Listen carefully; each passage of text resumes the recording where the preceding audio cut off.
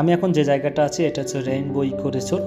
তো এই যে রেইনবো ইকো রিসোর্টের যে পরিদর্শন আমি এখানে করতে আসলাম, আসলে এখানে এসে দেখি দেখার মতো একটা দৃশ্য। সেটা হচ্ছে এই যে রেইনবো ইকো রিসোর্টের সাথে যে সমুদ্র যে কানেক্ট যে অ্যাডজাস্ট, আসলে দেখার মতো একটি দৃশ্য। তো এই যে পাশে একটি দেখেন টাইলস করে বেঞ্চ বানানো, এখানে যেসব গেস্টরা এখানে আসা যাওয়া করে তারা এখানে বসে এবং এখানের প্রকৃত যে দৃশ্যটা একটা তারা উপলব্ধি করে। এবং আমার আরেকটা জিনিস ভালো লেগেছে যে এখানে গ্যাস ফ্যাক্টরি আছে, যদিও দূর থেকে আমি জুম করে আপনাদের দেখানোর চেষ্টা করতেছি, তো আপনারা তো দেখতে পাচ্ছেন ভিডিওর মাধ্যমে। তো এই যে নদীর সাইড থেকে সারি বাঁধা যেসব গাছগুলো দেখতে পাচ্ছেন, এগুলো সুন্দরবন এরিয়াতে থাকে বেশিরভাগ, দেখা যায় কেওড়া ওরা। এবং যে ওই যে ঘরটা দেখতে পাচ্ছেন ওইটাই হচ্ছে ইকো রিসোর্ট। তো এটাকে আমি জুম করে আপনাদের দেখানোর চেষ্টা করছি। তো জুম লেন্স আমার যেহেতু ভালো না, তারপরেও এতটা কাছে যে এসেছে এই অনেক, আপনারা দেখতে পাচ্ছেন।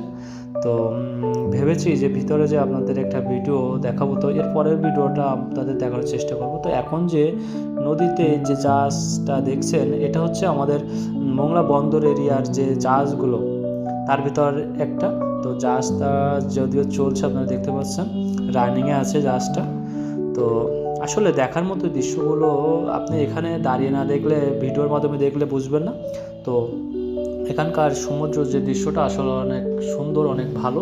প্রকৃত যে এত সুন্দর করে সাজিয়ে আছে, মানে গুছিয়ে আছে, আসলে ভাবার মতো। জলের নীরবতাটা আমার দেখে অনেক ভালো লাগছে। এত বড় সমুদ্র এখন এতটা নীরবতা পালন করতেছে। আসলে এই সময়টা এখানে তুফান হওয়ার কথা, বাট ঢেউ হওয়ার কথা। এখানে কিন্তু বাতাস খারাপ নাই, বাতাসও আছে। তো এখন ঠিক দুপুরবেলার ভিডিওটায় আপনারা দেখতেই পাচ্ছেন। তো চতুর্থ সাইড আপনারা দেখতেছেন যে আসলে কত সুন্দর করে সাজিয়ে আছে, আসলে দেখার মতো একটি দৃশ্য। তো আপনাদেরকে আরও কিছু দেখাবো। আসলে আমার প্রকৃত যে গাছপালাগুলো, নদী এবং মেঘের যে এগুলো অনেক ভালো লাগছে। এই যে গাছগুলো, এগুলো হচ্ছে কেওড়া গাছ।